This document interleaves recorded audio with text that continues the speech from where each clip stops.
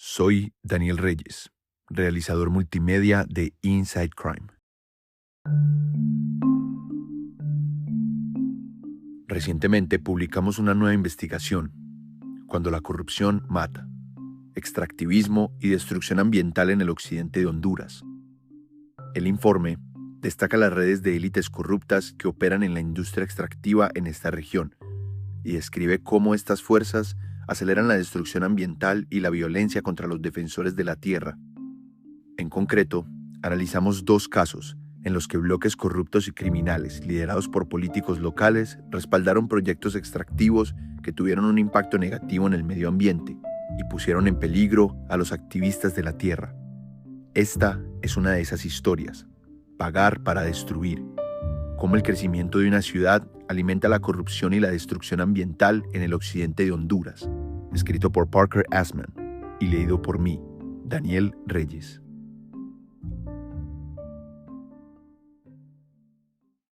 Poco antes de la medianoche del 15 de septiembre de 2023, 4 hombres encapuchados y vestidos completamente de negro caminaron por un callejón al norte de la plaza central de Santa Rosa de Copán, uno de los municipios más grandes del occidente de Honduras.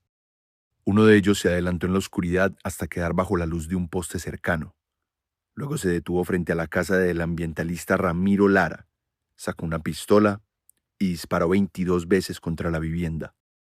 Lara y su familia dormían adentro, y una de las balas atravesó una ventana del segundo piso, en la que colgaba la bandera de Honduras. Más de una docena de proyectiles dejaron marcas en el marco blanco y en la pared pintada de color marrón. Cuando la policía llegó la mañana siguiente, encontró una pila de casquillos de balas esparcidos frente a la casa.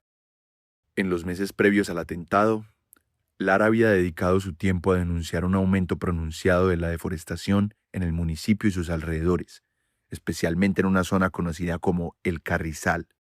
Allí, miembros de la comunidad le habían pedido ayuda para presentar una denuncia contra un terrateniente que talaba árboles cerca de una microcuenca llamada La Hondura, la cual, según los activistas locales, abastece de agua a cerca del 25% de la ciudad. Era un patrón vinculado al rápido aumento de la población en la zona, que comenzó poco después de la elección de Aníbal Erazo Alvarado como alcalde de Santa Rosa de Copán. Desde que Alvarado asumió el cargo en 2010, la población del municipio ha crecido de poco menos de 40.000 habitantes a más de 70.000. Este rápido crecimiento llevó a las autoridades municipales a ampliar los límites territoriales de la ciudad, lo que, según Lara y otros activistas, ha dañado el medio ambiente y puesto en riesgo varias fuentes de agua, como la Hondura. Este problema de la pérdida de las áreas boscosas en los alrededores de Santa Rosa tiene una trayectoria de muchos años en el gobierno local, y estamos hablando en este caso del alcalde, afirmó un miembro del Instituto de Conservación Forestal, o ICF, de Honduras, quien pidió el anonimato por razones de seguridad. De hecho, decenas de fuentes consultadas por Inside Crime acusaron al alcalde Alvarado de encabezar una amplia red de corrupción integrada por actores poderosos que se han beneficiado de la expansión de la ciudad a costa de sus recursos naturales. Aseguran que el alcalde y otros empleados municipales entregan licencias y permisos de construcción a cambio de sobornos, terrenos y otros beneficios económicos. Alvarado ha negado estas acusaciones, pero el atentado contra Lara evidenció los riesgos que enfrentan quienes se oponen a este modelo de desarrollo. Aunque él y su familia resultaron ilesos, el mensaje fue claro. Honduras es uno de los países más peligrosos del mundo para los defensores del medio ambiente. Según la organización Global Witness, en 2023, el país registró la mayor cantidad de asesinatos per cápita de activistas ambientales, y al menos una docena de defensores del territorio fueron asesinados en 2024. Grupos comunitarios locales y la Oficina del Alto Comisionado de las Naciones Unidas para los Derechos Humanos en Honduras condenaron el ataque, y la Asociación de Organismos No Gubernamentales de Honduras, donde trabajaba Lara, afirmó en un comunicado de prensa que el atentado buscaba silenciar sus esfuerzos por denunciar los abusos y malas prácticas de ciertos actores poderosos en la zona. Les causa incomodidad, señaló la Asociación de Organismos No Gubernamentales de Honduras. Orígenes humildes. Cuando se les pregunta a los habitantes de Santa Rosa de Copán por la familia Alvarado, muchos evocan con cariño los recuerdos de la famosa chanchita horneada que su orgullosa matriarca, María Olimpia Alvarado, preparó durante más de 6 décadas en hornos artesanales de barro. Doña Olimpia, como era conocida con afecto, provenía de orígenes humildes y, según contó el alcalde en una entrevista con Inside Crime, casi un año después del atentado contra Lara, ella le inculcó desde niño una fuerte ética de trabajo y un sólido sentido moral. Su oficina estaba adornada de imágenes de ella. Mientras hablaba, detrás de él se veía una foto enmarcada de su madre frente a uno de sus famosos hornos. Sobre esta, colgaba una gran pintura de las manos de su madre sosteniendo las patas cocidas de un cerdo que acababa de sacar del horno. Su padre también era un hombre centrado, según contó el alcalde. Alvarado recordó un día en que, al pasar por una finca cercana de camino a casa, vio una mata de banano que sobresalía por encima de una cerca. Con su machete, cortó algunos frutos, pero al llegar a casa, su padre lo reprendió, contó, y lo obligó a devolver los bananos a su dueño. Yo no le estoy enseñando eso, recordó que le dijo su padre. Desde ese momento, Alvarado entendió los valores que le querían inculcar sus padres. Pero la vida no fue fácil. Alvarado tiene 9 hermanos y, tras la muerte de su padre cuando él tenía apenas 9 años, comenzó a trabajar para ayudar a su familia. Más adelante, asistió a clases nocturnas en una escuela pública de medicina, mientras durante el día trabajaba en la construcción, cargando tráileres. No era mucho, dijo, pero era un trabajo duro, y le permitió ayudar a su madre y pagarse los estudios. En uno de sus seminarios, recordó que un profesor les pidió a los estudiantes pensar qué querían hacer al graduarse. Alvarado tenía experiencia en la construcción y la medicina, pero su visión era otra, la política. En concreto, la política local. Me dije a mí mismo, yo voy a hacer la fuerza, contó desde su despacho. De donde vengo yo y mi familia, hemos sido luchadores toda la vida. Tras terminar sus estudios, Alvarado consiguió un empleo como jefe de desarrollo social en la administración del entonces alcalde Juan Carlos Elvir. Y 4 años después, en 2006, se convirtió en concejal municipal. Durante su gestión, Alvarado aseguró que adoptó el hábito de mantener un contacto cercano con la comunidad, especialmente en el barrio Santa Teresa, donde creció. Caminaba por las calles, tocaba puertas, escuchaba quejas y trataba de elaborar propuestas para ayudar a sus vecinos, dijo. En 2009, se postuló para la alcaldía. Su madre también estaba en la papeleta. Cuando llegaron las elecciones, contó que muchos residentes le dijeron que votarían por el hijo de doña Olimpia. Entonces, gracias a mi mamá, también yo surjo de alcalde, afirmó.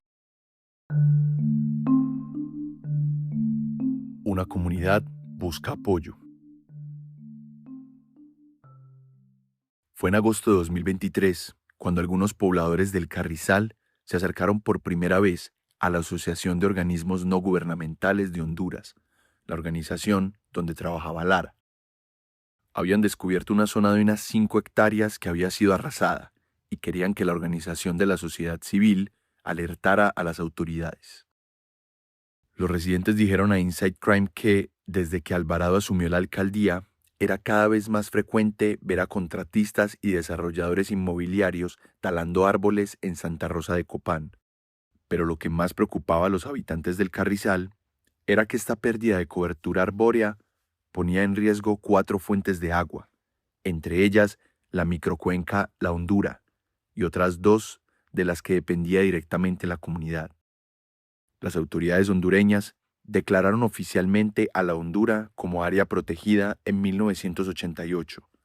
Esto significaba que el municipio era responsable de salvaguardar la microcuenca y los recursos naturales que la rodean.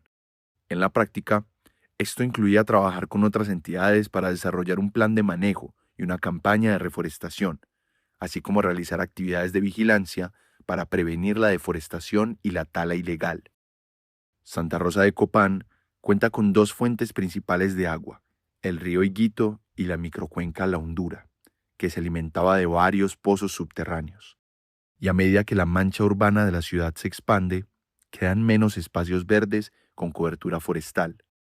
Esto ha generado mayor erosión del suelo y menor infiltración del agua de lluvia al subsuelo, lo que impide recargar los pozos y ha provocado una crisis hídrica. Tras la reunión, la Asociación Nacional de Organismos No Gubernamentales de Honduras accedió a formar un equipo, del cual Lara pasó a formar parte para apoyar a los pobladores. En una entrevista con Inside Crime, Lara explicó que su labor consistía en asesorarlos sobre cómo presentar la denuncia, organizar un comité ambiental e investigar quiénes vivían en la zona donde se estaban produciendo la deforestación. Durante la investigación, Lara y su equipo centraron su atención en dos hermanos, Denis y Hernán Sierra Valladares. Ambos trabajaban en distintas capacidades para una empresa de bienes raíces de Santa Rosa de Copán. Hernán fue identificado como el propietario del terreno, pero Denis no figuraba en ningún documento. Además de ser una fuente importante de agua, la Hondura es un atractivo turístico, y según Lara, pensaban que los hermanos planeaban construir varias cabañas en las montañas que la rodean. Fue por esa época que Lara recibió un recordatorio de lo peligroso que podía ser este trabajo. Una noche, dijo, recibí una llamada de Byron René Hernández. Hernández era juez municipal de Santa Rosa de Copán, lo que lo convertía en la máxima autoridad del sistema judicial local y de todos los procesos judiciales, aunque eso no lo salvó después de sus propias faltas. También era el hombre de confianza del alcalde Alvarado y un intermediario clave dentro de la presunta red de corrupción, según varios regidores entrevistados por Inside Crime. La llamada fue extraña, según Lara. Hernández le dijo que se estaba metiendo en un problema que no era de su competencia, lo que él interpretó como una amenaza.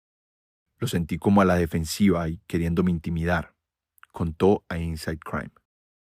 Aún así, la Asociación de Organismos No Gubernamentales de Honduras y Lara siguieron adelante, y el 10 de agosto de 2023, un representante de la Junta Comunitaria del Carrizal presentó una denuncia formal ante el Ministerio Público. Días después, un equipo técnico de la Fiscalía Especial de Medio Ambiente, del ya mencionado ICF y de la Unidad Ambiental de la Alcaldía visitó la zona y constató que unas 3 hectáreas de bosque habían sido taladas.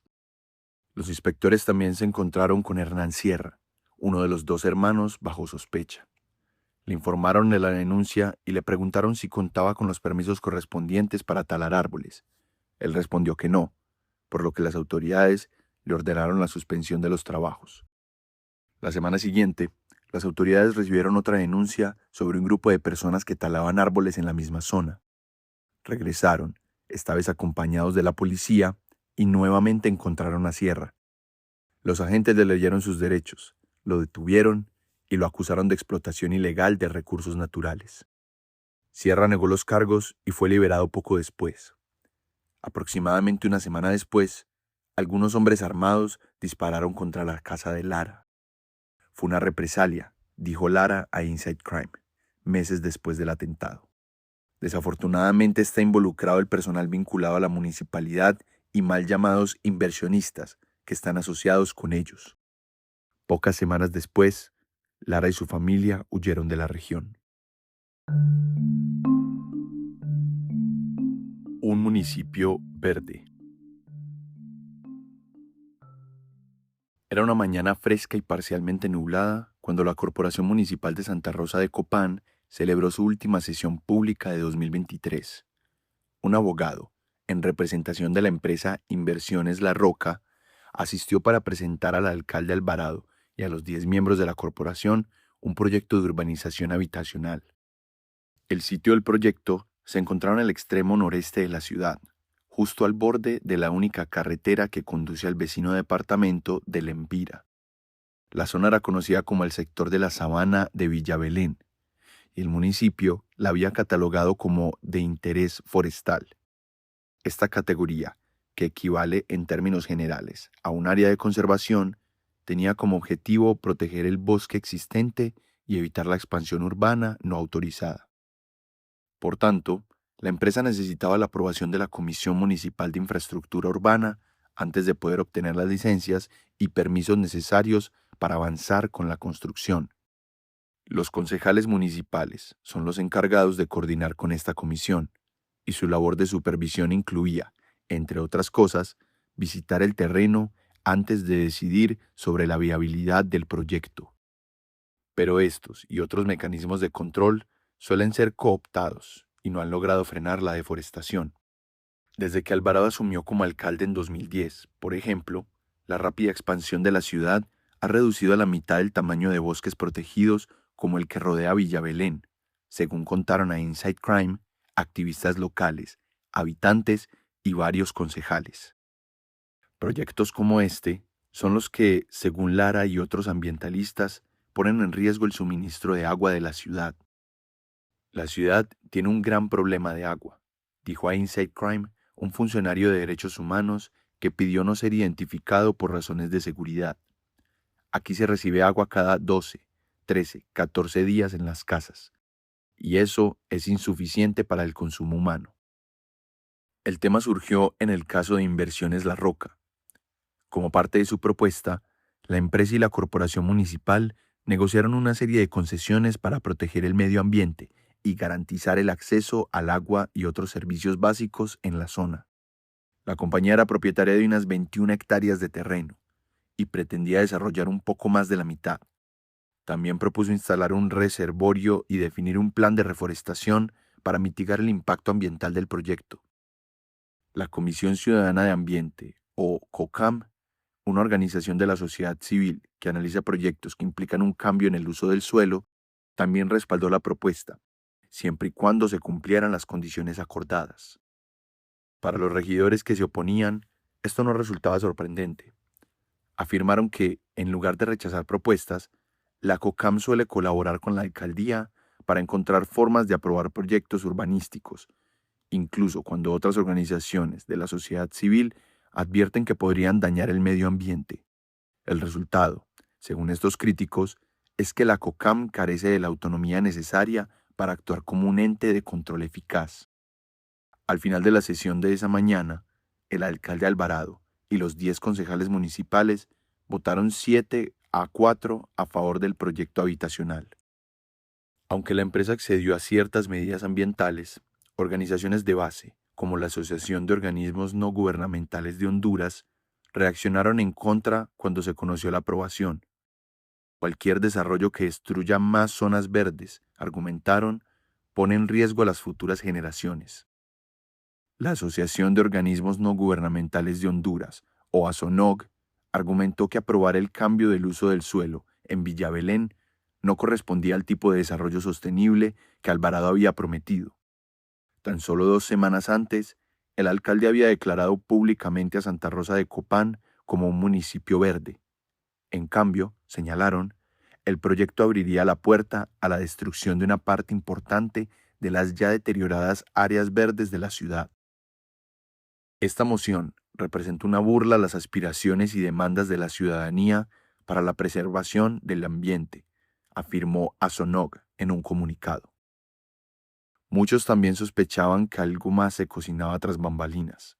Según un funcionario de derechos humanos, que ha revisado muchas de las denuncias, las autoridades locales habían recibido en los últimos años varias quejas sobre la manera arbitraria en la que se otorgaban permisos y licencias para el desarrollo urbano.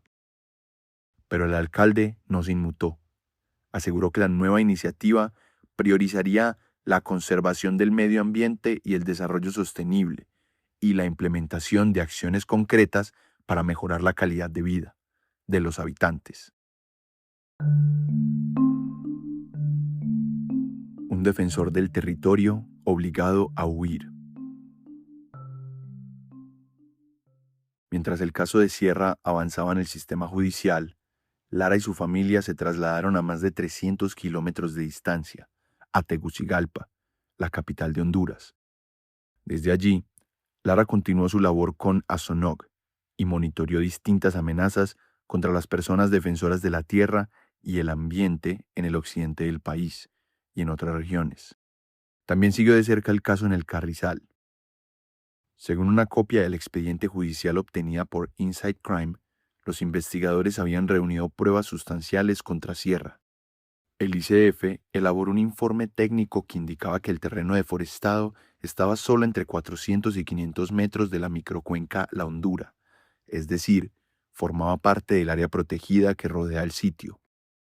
Técnicos de la Unidad Ambiental de la Fiscalía Regional también inspeccionaron el terreno y determinaron que Sierra no contaba con los permisos correspondientes para talar árboles en esa zona. Al hacerlo, no solo se agravaba la erosión del suelo, sino que se ponía en riesgo directo el suministro de agua proveniente de la microcuenca. La Fiscalía también recopiló testimonios de vecinos que indicaron cuándo se talaron los árboles y quiénes estuvieron involucrados. Además, obtuvieron fotografías tomadas en el lugar que mostraban decenas de troncos abandonados, así como una carretera de tierra que atravesaba una amplia zona prácticamente despejada de árboles. Sierra figuraba en toda la evidencia y pronto sería sancionado por ello.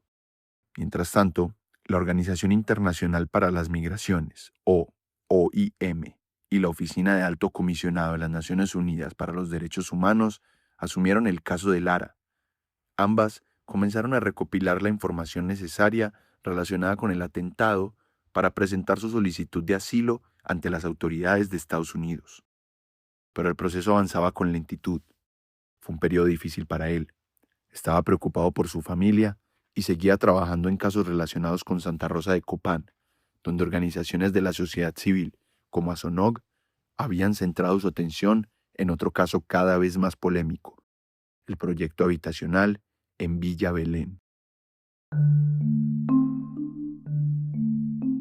Pagar para aprobar. Durante la primera sesión abierta de 2024, la Corporación Municipal revirtió su decisión sobre el proyecto de urbanización en Villa Belén. Según explicó la corporación, el alcalde Alvarado tenía un conflicto de interés. En concreto, según documentos obtenidos por Inside Crime el 8 de junio de 2022, el presidente de Inversiones La Roca vendió un terreno en Villa Belén a Josué Aníbal Erazo Otero, uno de los hijos del alcalde Alvarado. A simple vista, no había nada irregular en el acuerdo, según el abogado que facilitó la compraventa. Pero una nota manuscrita, firmada y sellada con huella dactilar del hijo del alcalde meses después, afirmaba que la transacción formaba parte de un intercambio de favores para la aprobación del proyecto de inversiones La Roca. El 8 de septiembre de 2022, en la ciudad de Santa Rosa de Copán, recibí una escritura de compraventa de un terreno a cambio del uso del suelo de 50 manzanas para inversiones La Roca, decía el documento obtenido por Inside Crime, el cual también contenía el sello del Instituto Municipal de la Propiedad.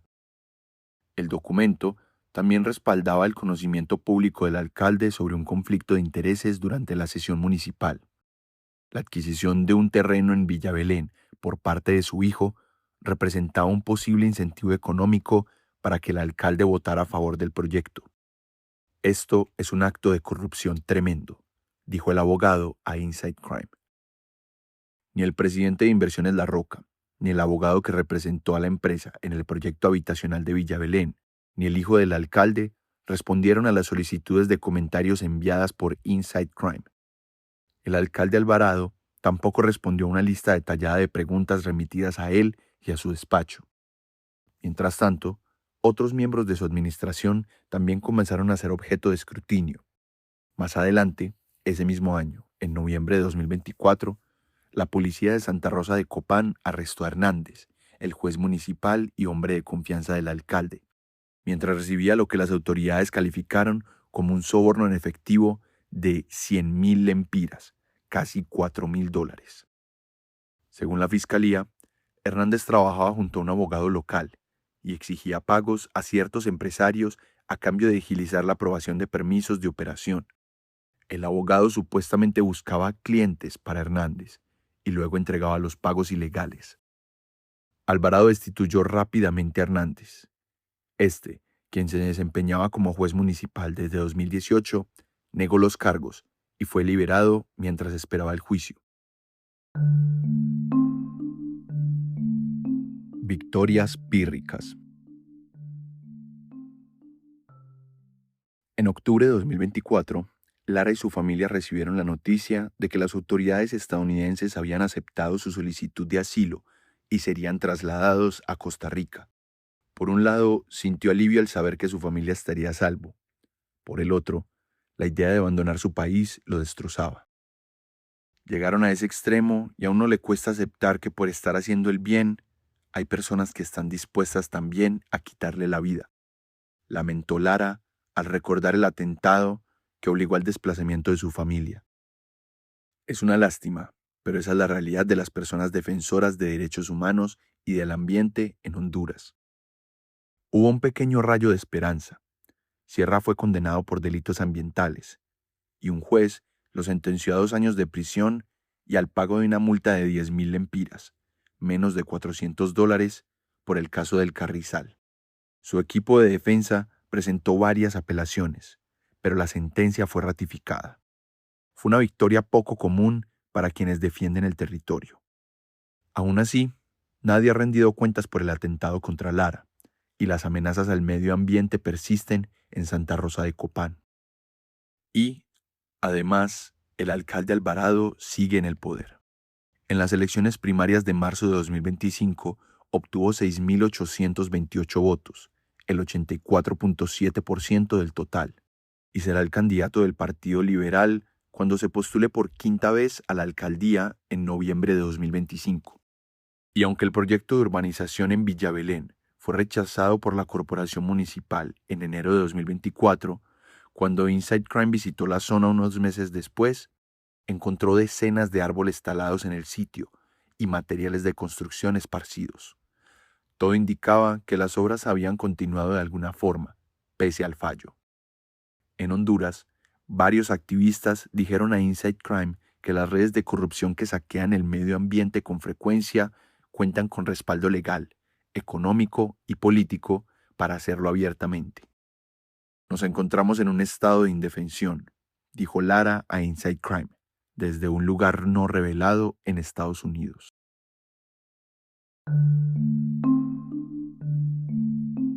Esto fue Pagar para Destruir: cómo el crecimiento de una ciudad alimenta la corrupción y la destrucción ambiental en el occidente de Honduras.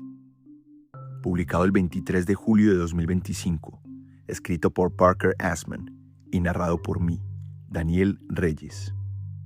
Para estar al día con todo nuestro contenido, síganos en Spotify, Apple, Amazon Music y YouTube. Recuerde que tenemos una historia narrada cada semana. Y para más información sobre la dinámica del narcotráfico y los casos de corrupción entre las élites políticas de la región, visite insidecrime.org.